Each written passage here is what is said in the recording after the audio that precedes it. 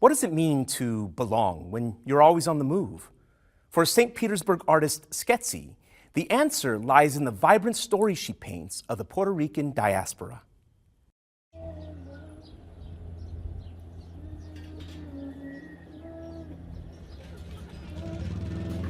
Like I'm in downtown St. Pete or downtown anywhere else, Tampa, and then I go to PR to kind of have to go home, and it's in the country and I'm barefoot all the time. And then this place, the artist residency, feels like that to me. Like if I can't go home, I'll come here to work.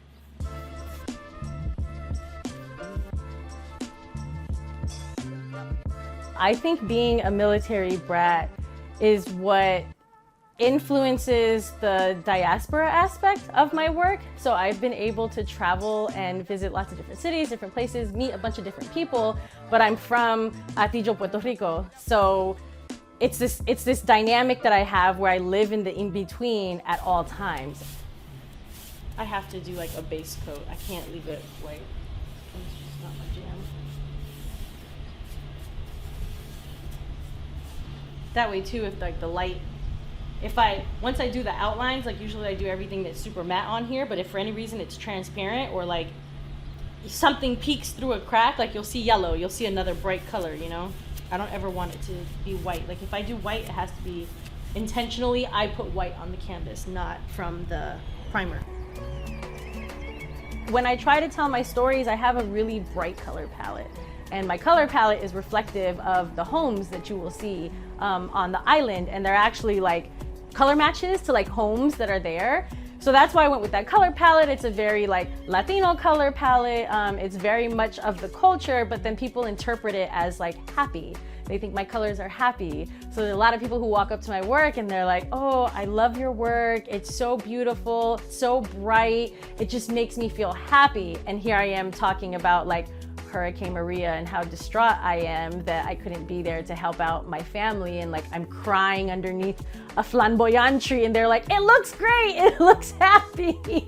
And so that's probably the hardest thing to overcome, the fact that my color palette gives one sense of joy to people, but then what I'm actually talking about isn't just something that's pretty on a canvas. It's the metaphors are about really deep stories, things that I've been through, things that other people have been through that come from PR. And so that's probably been the hardest thing to overcome, is kind of explain that part of it. And then as an artist, you don't want to over explain anything, or you don't want to feel like you're defending yourself. So it's hey, take this for what it is. And I love that you think that, it's beautiful and that it's bright and that it looks joyous, but take a second to really look at it. Take a second to really read it. Look at the title, try and put together, the pieces. That's all that I can hope someone sees in it. That's also why I think it's so important for me to tell the stories. When someone else connects to it, they get it. Wow, I remember what happened during Hurricane Maria. I was there too. Or, oh, I know what it is to go back and forth with a suitcase since I was 3 years old. I completely get that. My work is for the people. So whatever somebody interprets is what they interpret, right? So I'm not mad at all if what they interpret isn't what I was trying to say. If their interpretation is something that connects with them, their soul or their story, I love to hear that, because I have heard things all over the place about my pieces and I go, wow, I would have never thought in a million years, that's what you got from this. And I love hearing those interpretations, because then it makes me think, oh, I can think outside the box now. It doesn't have to be just what I wanted to portray in my work.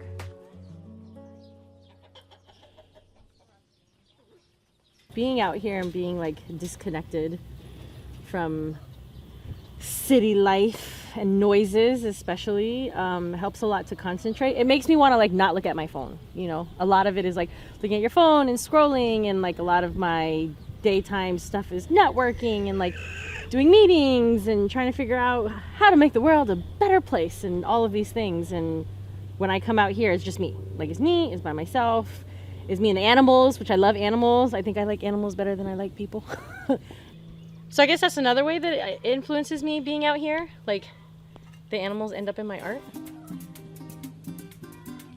I find my community, especially since I've been a professional artist for the past 5 or 6 years, through social media, through Instagram specifically. And that is how I talk to people. That's how I talk to my community. I also love going to different types of networking events. I work with multiple nonprofits to talk to other artists, other people that are in the community leaders, and it's very much a part of my work. Now that I've been involved in several nonprofits, I've been able to do community type of projects, and it started my paint and sip classes, and it started my community murals. So it's something now that I didn't even think I'd be getting into when I first started as a professional artist, and it's developed over time, and it's actually like my #1 favorite thing to do with art is to like have people involved with my pieces.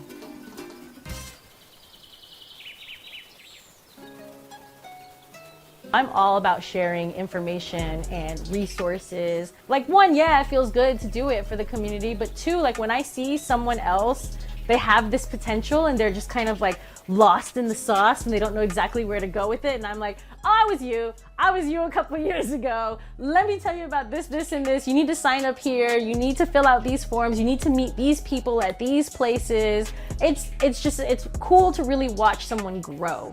I think it's really good to surround yourself with a community of people, whether it's friends, whether it's families, whether it's coworkers or a network of a community or something, to have people around you who like recognize what your talents are and just keep telling you that same message over and over again, because it's a mind thing at the end of the day. We are our own worst enemy.